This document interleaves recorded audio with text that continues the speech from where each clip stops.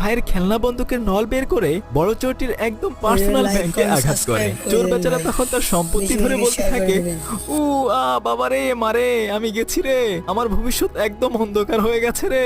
তখন সে তার আরেক চোর বন্ধুকে বলে, যা তুই এখন ওই পিচ্চিটাকে ধরে নিয়ে আয়। সে তখন দরজার কাছে ছোট্ট একটা ফুটো দিয়ে যখন তার মাথা ঢোকায়, কেভিন তখনই তার 4 ইঞ্চি কপালের 12টা বাজিয়ে দেয়। তখন চোরটি বলে, এসব লুকোচুরি বাদ, তুই বেসমেন্ট দিয়ে ঢুকবি আর আমি সামনের দরজা দিয়ে ঢুকবো।